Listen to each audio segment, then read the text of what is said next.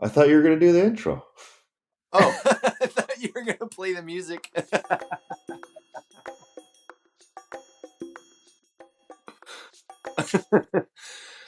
Hello, folks. We've got Sam Carentz, and we understand, Sam, you have a story about your first time downwinder ending up in a treacherous field of skewers through oyster farms near Bangkok. Sounds Yeah, in interesting. Thailand. Aloha, guys. Tell us a Aloha. story. Yeah, it's been, as you said, my first downwind ever. It was 5 years ago. It was with the windsurf equipment on the foil already. So it was actually the IQ foil gear.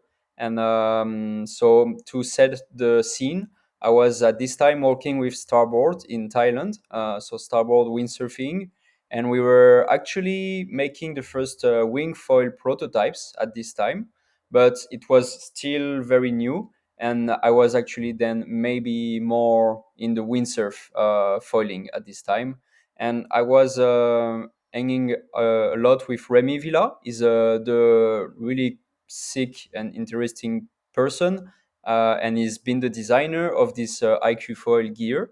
So, and he was always a bit attracted by doing some downwinds and discovering the Bangkok area.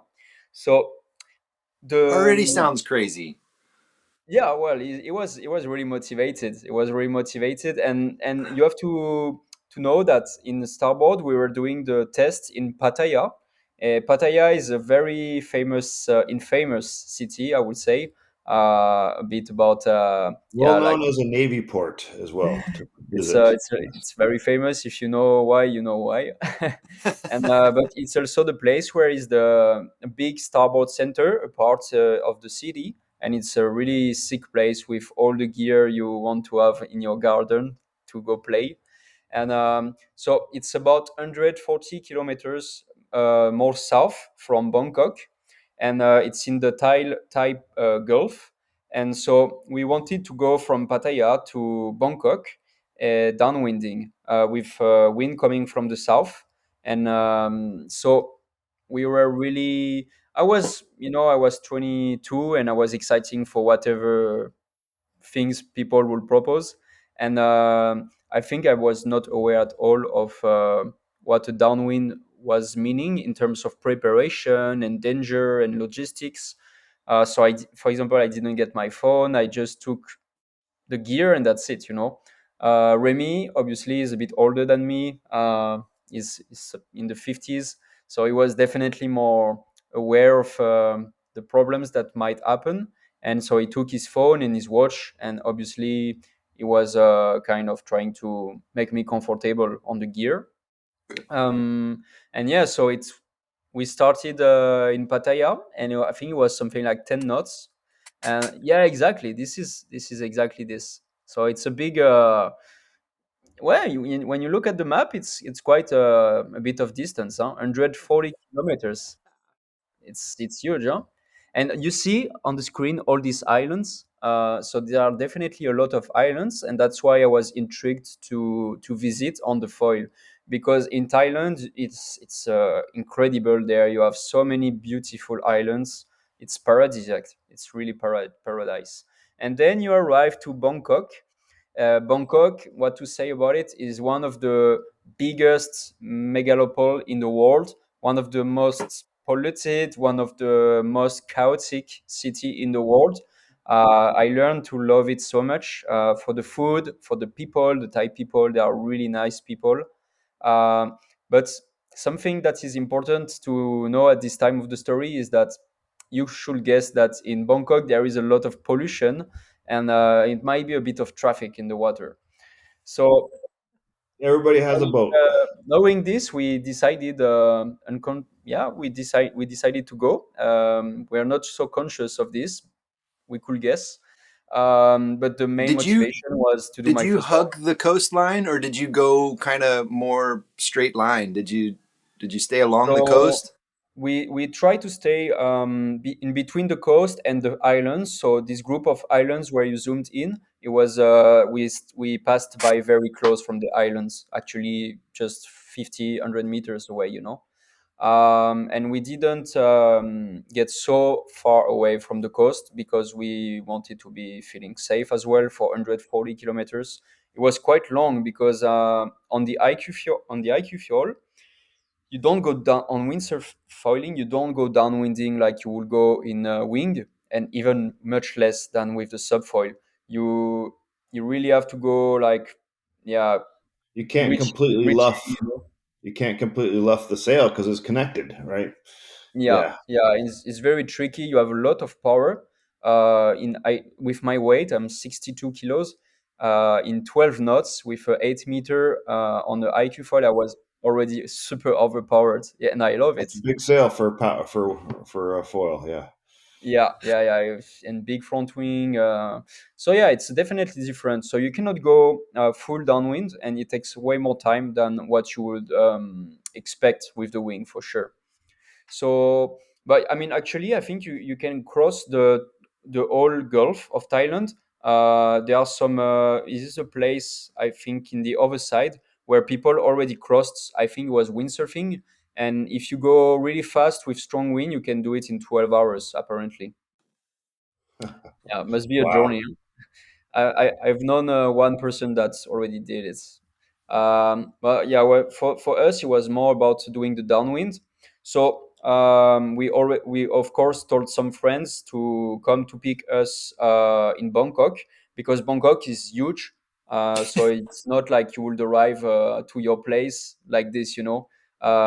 It was actually 15 kilometers away from our office and home, and you could not access the beach. So already checking the map, we will see that it will be very tricky to access some beaches in Bangkok because it was full of activity, industrial Well, yeah. activity, and it Can I was not so interject? many Because area where I you can have land. a little bit of time in that area. I was a scuba instructor there, but what I want to say is just to paint the picture here for people is that there's not only boat traffic, but there's rubbish and stuff everywhere. And then I was looking at the maps of Bangkok. There's all these river mouths where, of course, all the stuff's going to be coming out. The water is murky. Yeah. You have these not only shipping boats and container boats and fishing boats, but then you've got longtails, which is like a gigantic canoe with a 12-foot prop motor sticking off the back. Yes. It sounds like Exactly. a Harley Davidson. So And you have also animals in Bangkok. You have everything you don't want to see in the water, especially the monitor lizards. They are really famous. It's a big, it's oh the my same god, size as a crocodile, and it's actually a big lizard that can bite you, that can kill you with the legs. bacteria. So yeah, it's very, and yeah, it's the pollution. Is one of the most polluted area, and the water, as you said, is very brown. You cannot see anything, and is a lot of pollution in the water. So it's very industrial everywhere, and it's definitely not a place where you think about going just for fun. So the point was, okay, we have fun for the first part, and we just come back home 150 kilometers just with the gear, you know. So that was the scenery of the scene of the downwind. It was my first downwind, obviously. So I was really excited and really not aware of the conditions. So first part of the downwind went really good. It was actually quite exhausting because we took 6 hours in total, and after 3 hours, you know, you when you are traveling, you are around some islands, you pass the islands, you go to another one, you meet a lot of boats already, and you start to say, okay, well, I did some distance, it's nice, and you still have half the way to go. So it was definitely a long journey, but I really enjoyed it. At the beginning, it was paradise. In Pattaya, the water is turquoise, and the islands were magnificent. You can see the white sand, the coconut tree, and I was really enjoying the gear. It was super good conditions, like 10, 12 knots, perfect for a downwind with such a powerful gear. And we were always checking with Remy, making some breaks, checking on us. And so yeah, it was the first half of the journey, and then we arrived to a point where we could start to see Bangkok with our eyes, and then everything started to become horrible, because we entered in the biggest in the world's biggest oyster park. So it's been a revelation actually, because we didn't know it, and when you look on the map you can see it if you really know what you are looking for, but you will not expect that there is something here, you know. It's yeah, it was about 20 kilometers of oyster park. 20 kilometers. It's huge. Like, we could hardly see Bangkok, that we were already facing chaos, and so here it became very dangerous actually, And because so, what do they have? What's it? Is it just a bunch of buoys on the little floats on the top, no, or no, no, no. So no buoys, only peaks, like steel and wood peaks, going out of the water, and spikes? yeah, Spikes in spikes. the Yeah, water. Yeah. yeah, yeah. Sorry, spikes. Something very pointy, and Nice and rusty. yeah, yeah, yeah. And apparently, this is something they need. So it's a big bar and very sharp at the end. And I think I guess they need it for the oysters to be raised and Right. live around it, you know, and also to fish them. And it was a huge labyrinth. There will be literally some bars of these sticks every meter, and the line will be there for 500, 600 meters, and it will be like this for 10, 15 kilometers. And so we could maneuver. At the beginning it was not very dense, but the most we will go, the more dense it would become, and it was really a trap. We could not escape at all. It was it was a big trap, a big labyrinth.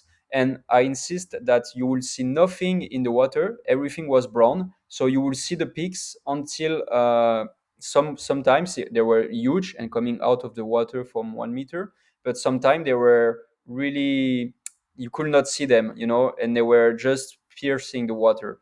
So very quickly we started to realize that if you fall on those peaks, you can definitely get really You'll harmed. impale yourself. Yeah. Yeah, yeah, yeah, yeah, definitely. And also for the gear, if you let your sail fall on it, then obviously the sail is done. The foil, if you hit, because it was metal bars, if you hit it with the foil, you can definitely have something with the foil. So very quickly we could not foil anymore. Uh, we would have been too fast to see what's coming, and so we were just windsurfing, regular windsurfing at 5 knots, and Ah, going downwind still, but we could not see anything. And at this time, I started to be a bit afraid, and I could see that Remy was definitely not planning this during the downwind. So we were like, okay, we have to go through it. Let's try. Maybe we go back. But it was already really late, and the night was coming. So we say, okay, we have to go. It's only 10 kilometers. We It see can't it be coming. that big, right? Yeah, yeah, yeah.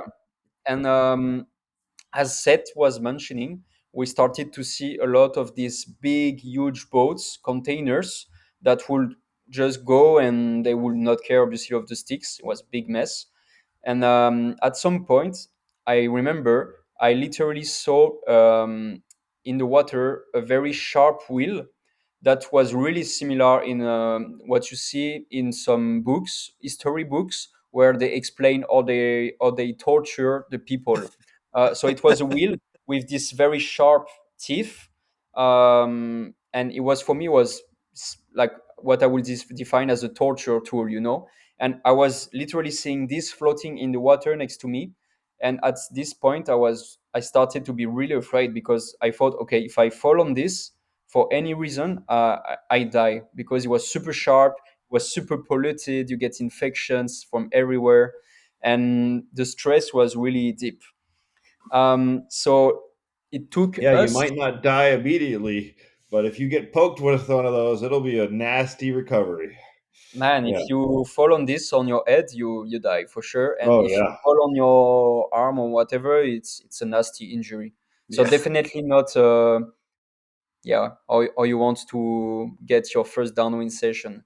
So we s- we started to be really stressed, and even Remy, so he started to call actually the guys that were waiting for us, because they were like, where are you guys? We are waiting for you. We are at the beach waiting for you. And so we could nearly see the car at some points, like 5 kilometers away. We could see the place where we had to go, but we could not reach it. And until the very end, it was crazy, because the more we were going forward, the more dense was these peaks lines. And it was literally about finding your way inside. So it took us 2 hours to do this 10-15 kilometers. And at the end it was, yeah, really stressing, but we managed to do it. Obviously, I'm here. I'm in good health, so it means we managed to do it. And the story was not over yet, because to when we arrive on the area, on the site, we had to climb over a wall, and there were still some peaks. And at some point, Remy was literally trying to climb the wall, and his sail felt on the peaks, and the sail got completely destroyed in 3 pieces. And we were like, fuck, no way, like, we you did it until the end. And the last very last moment where it's tricky, you break the sail. So it was a bit of actually, at this point we're laughing at it, but it was terrible when you think about it. Jeez, Like, that's a lot of gear too to get out to try to carry out over a wall. yeah, Ooh, it's very heavy, this gear, the IQ foil. So the that board is that's about 15 kilo, the sail is about 10 kilos maybe. it's a 9 foot It's board really or huge. so, Yeah, right? big board, yeah. Somewhere in the 9 foot range. Yeah, isn't that though? That's the one that became the Olympic class, right? Exactly. Yeah, yeah, Yeah. it's the Olympic one. Yeah. So Sam, part of So this that's great is sharing the story, and one thing that we kind of wrapped the story up with was laughter, and that's kind of why I really love having you on and talking about a first time downwind. Everybody has that experience in some way or another. Most people probably don't go through a labyrinth of bacterial ridden rusty death and skewers. However, we laugh in hindsight, but it's because we survived and we probably learned a few things along the way. So I actually have I want to talk a little bit about your story and what you gained from that experience.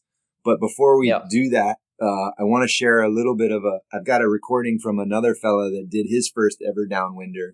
And I actually haven't even listened to it yet. It's about a 3 minute recording.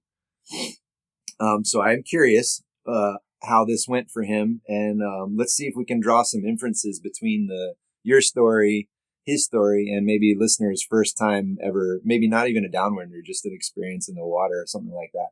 yeah, yeah. I hope that this picks up. I'm just going to play it. This is Phil. I'm 52 years old, and I just had my first Can you guys hear that? downwinding experience 3 days ago off the coast of the island of Kauai. I went with two local guys, and we launched from Mahalapu Beach and rigged up right on the beach, right next to a noni fruit tree, and then just walked our stuff right into the water. And we had to paddle out in between two reefs in sort of a diagonal fashion, past the breakers, and then you could get on your board and get on foil and head out. And that's what the first guy did. I followed him, and it worked out great. It was a little intimidating at first because I didn't want to get washed up onto the reef, and also following him out there, we were pretty far offshore. And I thought, geez, we're just pretty far out here. It makes me a little nervous. But after a while, after you get time on the foil and you realize, you can come in and out, and everything's going to be okay, I felt a lot better about it. And then it just became exhilarating to be out in that wind and be riding into the swell and then with the swell. And over time, that wind and swell was just pushing us down the island towards our landing point at Poipu Beach. And I fell off my board, and I got back on my board, and I just sat on it looking at the island from that perspective, because it was so beautiful, because you could see so much of the island, and it was such a beautiful day. And at one point, about halfway down, we took a moment to scope out Poipu Beach, and we were pointing at it, looking at it, and just at that moment, a whale breached right in front of us, like not that far from us. It just shot out of the water head first and landed on its side, and the water was spectacular. And after all that, about halfway through, the wind started to die down a little bit, which made me a little nervous, because I started to get worried about getting back on shore. But you sort of realize you can work it out. You can just, if you needed to, just kneel on your board and hold your wing up or paddle, whatever you need to do. It's, it sort of calms your nerves after you realize how mobile you are out there. And then as we got closer to the beach, the wind sort of picked up, and it was easy to get on foil. And we played around out in the swell for a bit longer, and then headed on in and came up on the beach and just had a spectacular experience. And now I feel a lot better about the safety of the downwinding experience, especially if you're with a group. And it's really sort of a bonding experience. It was a lot of fun. It was just amazing. Yeah, right on. So that guy's name's Phil. He's from Hood River area, which is downwind mecca in the summertime. So it's interesting that he had his first downwind experience here on Kauai. And it sounds like a pretty good one. But some of the things that I'm pulling from both of your stories are the nerves. And I think as a human, those are natural instincts to protect ourselves from things that are potentially dangerous, and also things to lean into to kind of learn, how can I mitigate plight and do this safely while it is a little bit crazy. So there's a lot of the world like that's looking at downwinding, and Sam, we're going to introduce you now too. That you are a foil maker at Onyx out of Tarifa, Spain, and you're developing a different downwind foil at the moment. Yeah. But what I want to convey to listeners is that you're going to have first-time experiences with these foil sports, these disciplines, whether it's downwinding or not. So what are some things that, like, from your story and from Phil's, that we could learn from? Obviously, these were potentially very dangerous experiences, but they were successful, and we're laughing and we're having fun talking about it now. What would you do different with your first ever foil trip or downwind? Yeah. So first of all, I think the most important things I want to point out of these two stories is the amount of joy and fun that we got from it. And I want to tell the people that never downwinded, try to think about when you are traveling in the car or in the plane in a very beautiful landscape. You are alone, no one is there. You are already very happy, you already feel very free, and the feeling that you have when you do it on the water is incredible. It's a freedom that I never thought it could happen like this, and it's actually super easy to get it. A downwind is not difficult to organize with friends, and you can do it from everywhere. And you can do it in France, in a lake. You can, as we said, also in the Hood River. You can do it on islands. Wherever you do it, it's gonna be incredible. So first of all, I think the joy feeling is something very common in the downwind. Now to talk a bit more about the traps. Um, as the this guy Phil is mentioning, for example, the wind was dying, and he started to realize that it didn't really have ways to really escape this situation. So if the wind would have died completely, you say, okay, maybe with the board I can swim, but yeah, is fucked basically. And in my situation as well, I didn't study the location. So I think the most important thing you should do while you do your first downwinds is to stay the closest you can and you feel comfortable from the coast. At least to always try to see the coast very comfortable and think, okay, if the wind died or if there is a problem, I can always paddle myself, even if I have no more gear available, no more wing available. I can even paddle back, or if I'm not just with the paddle, I can paddle back. So I think this is the most important takeaway. And then also from my story, which is okay, maybe you will not find oyster parks everywhere in every spot when you downwind, but definitely you will find some dangers. And I will definitely, even if it feels super stupid, because we all know the places, but I will still try to document a bit the trip. Okay, so how it looks, where is potential dangers, are there rocks in the water that we can find at this point, which animals are there, yeah, these kind of things with the oyster. I think that definitely when you look on the map you can see it. So definitely looking also the access and the entry point and the checkout. So when you go out of the water, how is it gonna be? Do you know it? Have you been there already? Did you go out by this area? Because yeah, if it's a remote place where it's not famous, it can be very tricky. Yeah. Often One Google other Maps thing we are think not. about is the Go ahead. ditch points along the way, right? What Yeah. are the other potential ditch points, right? Where can you go in? And basically, it's got to be downwind of you. You're not going to be able to fight the current if you're paddling with all the gear. So you got to think about your this ditch point, and then that next one. If you can't make it to the first ditch point, and then you also got to think about, well, there's a reason it's a ditch point too. Is it's not the ending because it's not as easy to get out, or there's other potential dangers there to get out. So you got to mitigate that. Maybe if you're winging, you need to deflate your wing to get in. Yeah. Maybe you need to turn your board upside down to get past something. So you got to think through the process for each of those ditch points. Good. Yeah. Plan A, B, and C. Obviously, plan A is to make it all the way and high five at the end. Plan B is maybe we got to come in a third of the way or 2/3 of the way. And this is really important because all these locations are going to be very different. Here where we are on Kauai, that run that Phil was talking about, you've only got kind of one spot that you can come in about a third of the way into the run because it's all cliffs and reefs until then. And then you got to make it around another point that has some current and stuff like that before you get to the next point. So you can look at Google Maps, but maybe they're not completely updated with pictures of exactly how those oyster farms are positioned. Yeah, for sure. Which I just want to touch on that again for a moment because I've flown from those islands in the Gulf down like Koh Samui, Koh Tao, and Koh Yeah, Phangan to fly back into Bangkok. And when you fly over that, it's aqua farming. Like it's everywhere.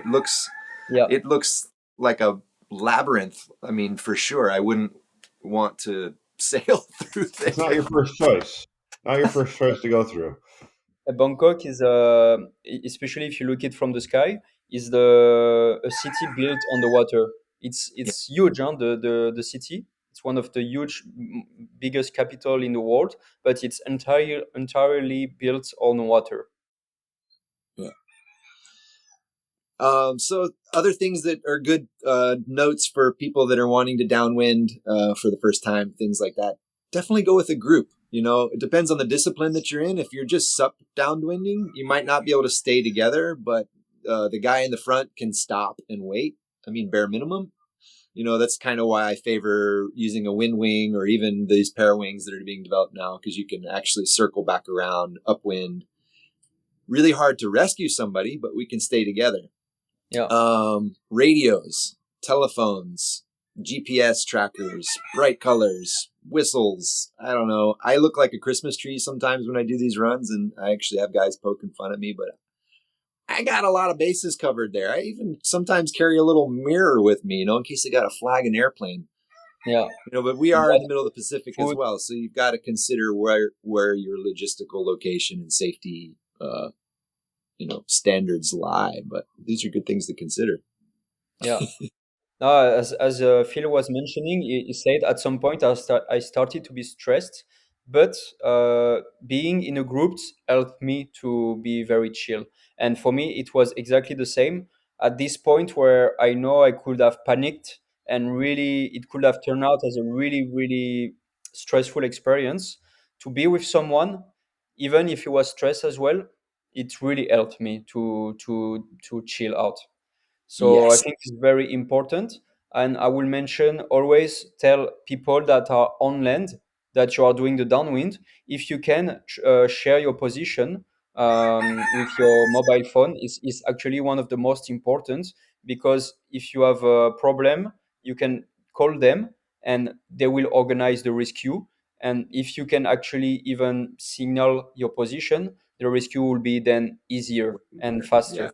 So I think I know that it's not possible in all the, maybe in Hawaii, maybe you don't have a lot of connection at some areas. I know in Tarifa we lose some connection in some areas while doing the downwinds. So I expect that in many places is not always a lot of connection, but I think we can even get some trackers that people we can share to people and they can see where we are. I think it's super important. And at least even if we don't have the trackers, just to mention to your a close friend or somebody that you are doing this downwind from this position to this position, and you send a message when you are leaving, and you also send a message when you are arriving. Yeah. Very good. Yeah, it sounds Absolutely. very, very stupid when you say it, but if you don't do it, you can get fucked up really Or fast. the time that you don't do it will be the time that you needed it. Yeah. Yes. And that's the thing. Things can go wrong very fast. And the last thing well, not the last thing, but one of the most significant things out of these stories that I wanted to touch on was that staying calm thing. So I come from a scuba instructing background, and most people that I would get first timers doing that, it's a very unnatural thing to breathe underwater. And as an instructor, a lot of times what I would have to do is distract them from their own minds, because basically our minds can snowball in some sort of a direction to create panic. You'll exhaust yourself quicker. You'll run out of energy. You'll make poor decisions. Yeah, So that whole staying calm thing is probably one of the most important things in any kind of offshore situation. Even if you're just winging at your local and you nick yourself or something, you got to be able to think through that and potentially self-rescue, and those are good habits to work on and skills to develop. yeah. And if you go with somebody with first downwind, and if the guy or the girl is not technically very comfortable, I will definitely suggest that the most experienced guy around accompanies the person, stay around, because I've been in this position where I did a downwind with a group of people, and I was with a friend. He was his first downwind on the wing, and he was taking his time, falling a lot, going very slow. And what happened is that all the group went very fast and were really egoist. Left They him went really behind. fast in. They Oof. had their downwinds. And I can get it that when you are done winning, it's also very frustrating to wait for the overs sometime. It's so much freedom that basically you don't want to have a constraint when you are experiencing so much freedom. Yeah. And people are, and I tend to understand this, that they are fully furious about going and not stopping whenever they want. Yeah. But it's very important that at least one person stay with this person, because if something happened to him, he will start to be stressed very much faster than you would. Mm. Yeah. Well said. With all of that, and we've highlighted some of the most wonderful things about it and some of the scarier things about it, I would easily say that downwinding is for anybody, no matter what your skill level is. In fact, there's people that will do their first lessons in a downwind scenario, so they're not having to walk back up the reach and reset. It's really neat. Places like down in uh, Where was I just a little while ago? Montana. I never done Laventana. it. Yeah, you can downwind down the beach during your first ever foil lessons, and that's a really nice way to learn because you're just going with the elements. You're not battling too much. So this downwinding is for anybody. Just take in some precautions and stay calm, and be with a group that at least one person knows what they're doing. Yeah. And Hopefully where somebody's done the route before. Yes. Yeah, yeah. Have a look at your entry and exit zones, if possible, by your own eyes. You know, those kinds of things. Those are really good. yeah. Anything else you want to add to like the that you learned from your experience? And then I would love to hear about you and what you're doing and what you're working on. So no, what I've learned from the experience is it was magical, and it was actually something like I would not expect to be feeling so free when before I did it. So I definitely recommend for if you can do it. Sometimes it's not easy to motivate yourself. We are like this. We are humans, but if you never did it, just try what at least one time with some people, and for sure you will be because yeah, when you are going in a session in your favorite spot, you can go upwind a lot and then you can go downwind in obviously to get back, but it's not the same feeling. Even if you downwind for 10 minutes, it's not the same feeling than going from point A to point B. And also, maybe something we didn't mention is the logistic around it, because Yeah. you really have to plan your trip back with the cars. So you need minimum 2 cars to organize the downwind. So Or it's a lot of Uber. logistic. Yeah, yeah. Yeah, there's a few different ways, but this is one of the biggest challenges is the logistics of the drop off and the pickup because you take 2 cars to the exit point and you drive 1 car back and all those things. But yeah, I've been hearing stories and seeing guys that have actually like in California, there's guys that'll take a bus Yeah, yeah, yeah. upwind to their entry zone, you know. So there's different ways. But yeah, those logistics are part of the plan. What You gotta what electronics are you using, Sam? Are you carrying your cell phone all the time with you now? Yeah, I'm carrying my cell phone. Be careful with car keys. I did another downwind in France 2 years ago, and yeah, it was a really nice downwind. But my car keys were electronic, and I had a waterproof pocket that was not waterproof. And I arrived to my car. It was nearly the night coming. I was Ding two ding hours away from ding ding. my house where I have the other key, and it was my Oh, actually my dad's car, and obviously yeah, it stopped working, and then you are feeling a bit stupid. And I obviously I could turn out the mechanical part of the key and enter that way, but still I lost the key. I had to pay another one. yeah, It's yeah. It's expensive. those electronic keys are expensive to replace nowadays too. Yeah, Yeah. but it's definitely like be very cautious with the waterproof gear, because some say they are waterproof, but you will find very crap stuff on the market. yeah. Yeah. Other stuff, impact vests. You know, Yes. if you've got an exit zone that you don't know if you're going to have to walk across an oyster field mine, maybe having some slippers or something attached to you or booties or something would be good too.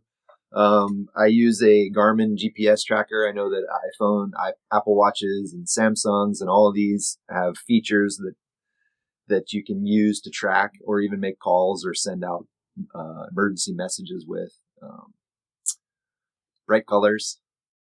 Yeah, the watches are really important. I do have my watch as well. I think it's better than having the phone actually. And something we didn't mention is if you really do a big downwind, you have to get some food and water with you. So camelback is very important, and at least some chocolate bars, because you get tired very fast in the And end. exposure too, depending on your elements. Even in tropical environments here, subtropical, I got really cold towards the end of one of our runs recently and started to cramp and things like that. So you got to take those things into account as well. Yeah, Good. uh, Yeah, when you are tired, you get very cold, huh? Hmm. Hmm. Well, Sam, tell us where are we talking to you right now, and tell us a little bit about yourself, and then we'll wrap things up with what did we learn here? And I just want to point out too that Phil's voice there, he kind of reminded me of Bob Ross. It was I was waiting for him to paint some happy trees, but we got a whale breach in the story there. Yeah, it was true. Yeah. Yeah, tell us about yourself real quick, Sam. Yeah, so here I'm sitting in the office. This is actually the place where I design the hydrofoils, and just in the other room is the workshop.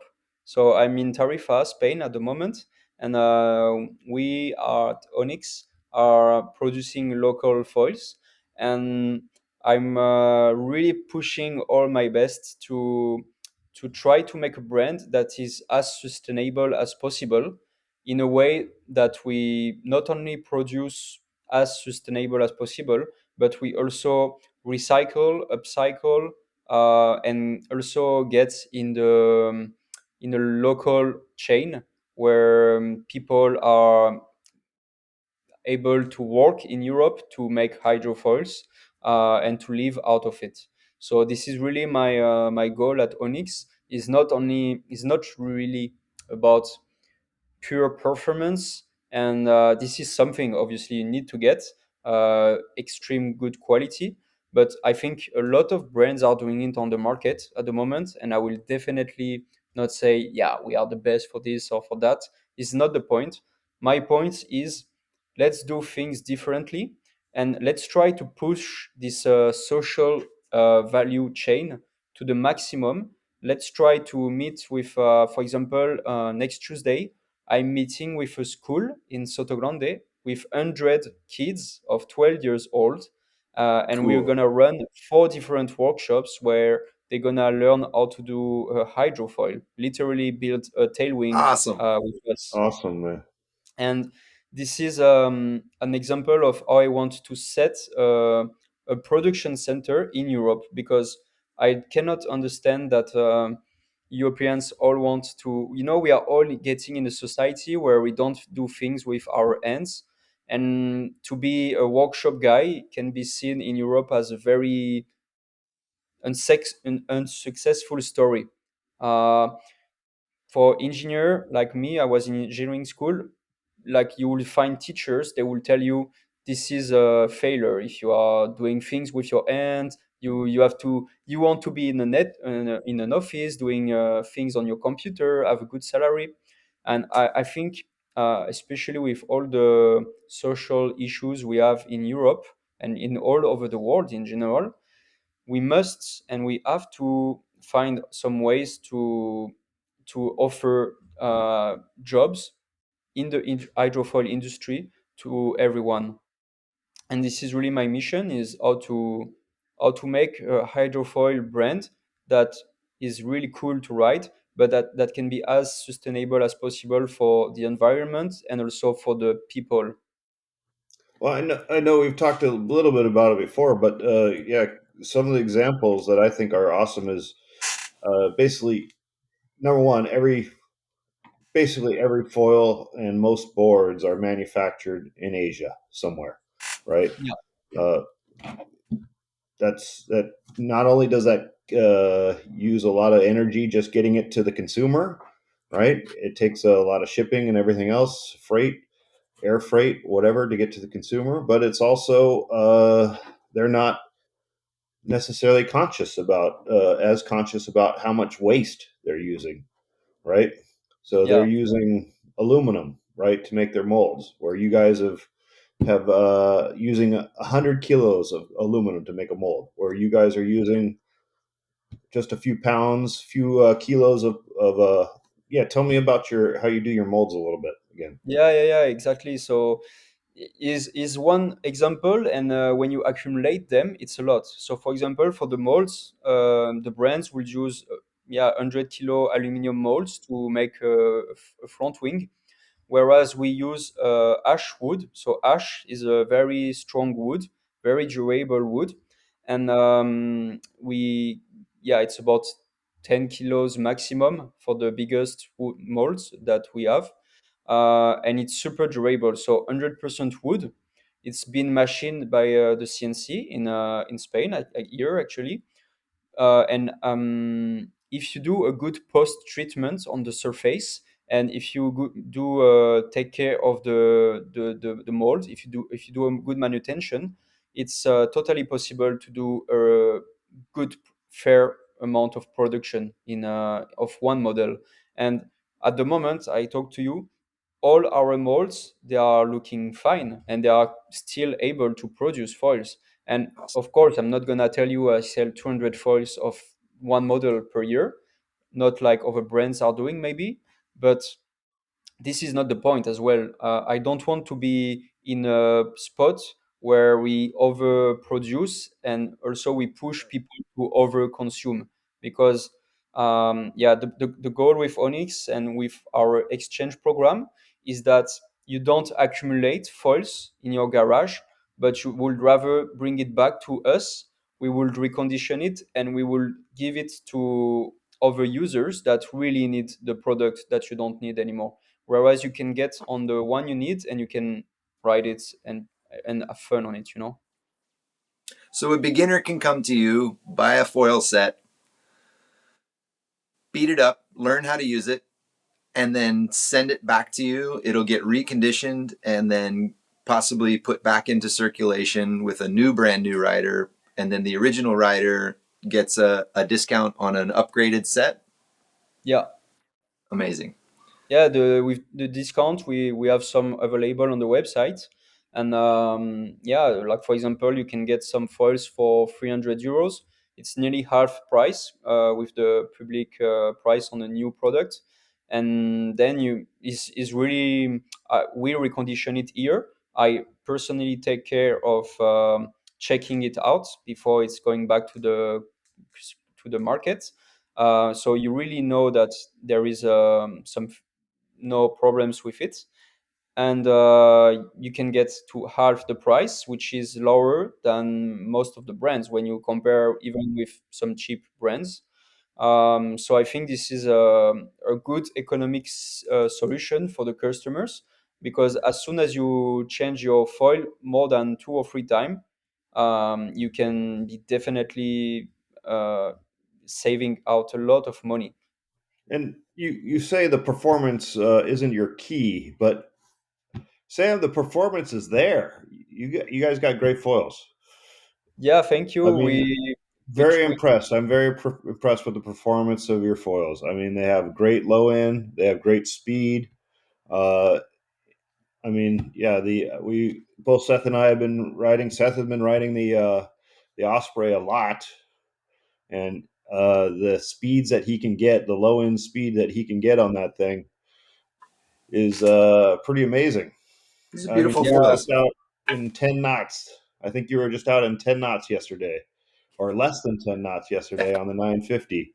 And yeah, it's Even got on the great low end. 750, with an efficient wind wing, I was riding in 8 to 10 knots on my mid length board, in with the 750 foil on there. So they're really they got great top end, great low end, all of that stuff. But that model that you've created is a high road that I know makes it difficult for you all as a business to be profitable. But there's something so much more valuable to what you're doing. I know that doesn't help pay the bills per se, but I don't know of any other. If there's any listeners out there that know of any other brands that are letting you upgrade your gear, I would love to hear about it. If there's any other brands that are publishing their specs exactly as they are and with total upfront clarity, your stall speeds, your high end speeds, and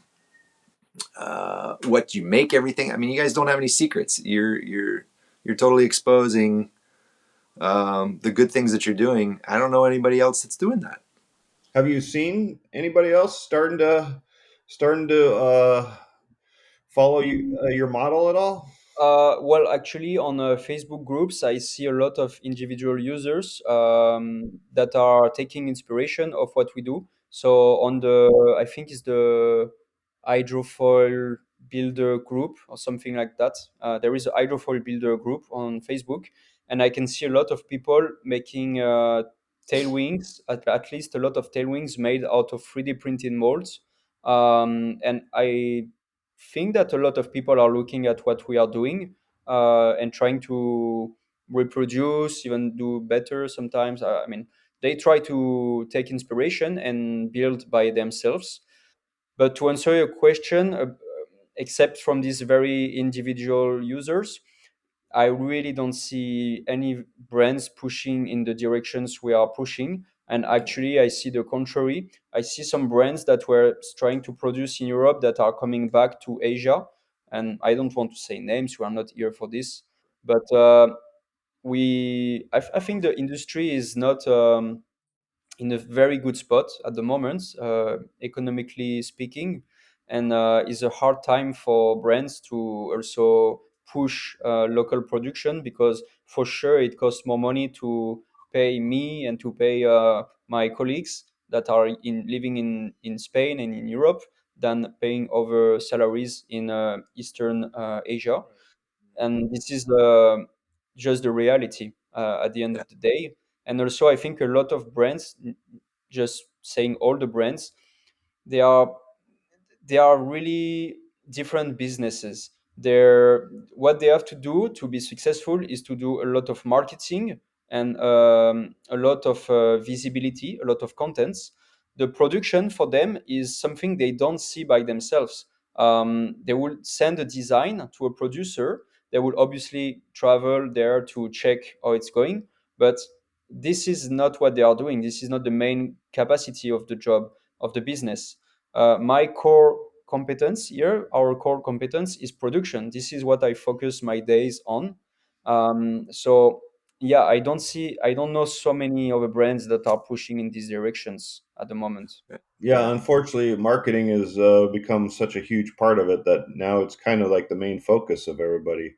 It's awesome that you guys are really leading the way, though, on your attention to detail and your and and sustainability and and getting with the community. I mean, that's what's also awesome. We've seen where you guys have done Yeah.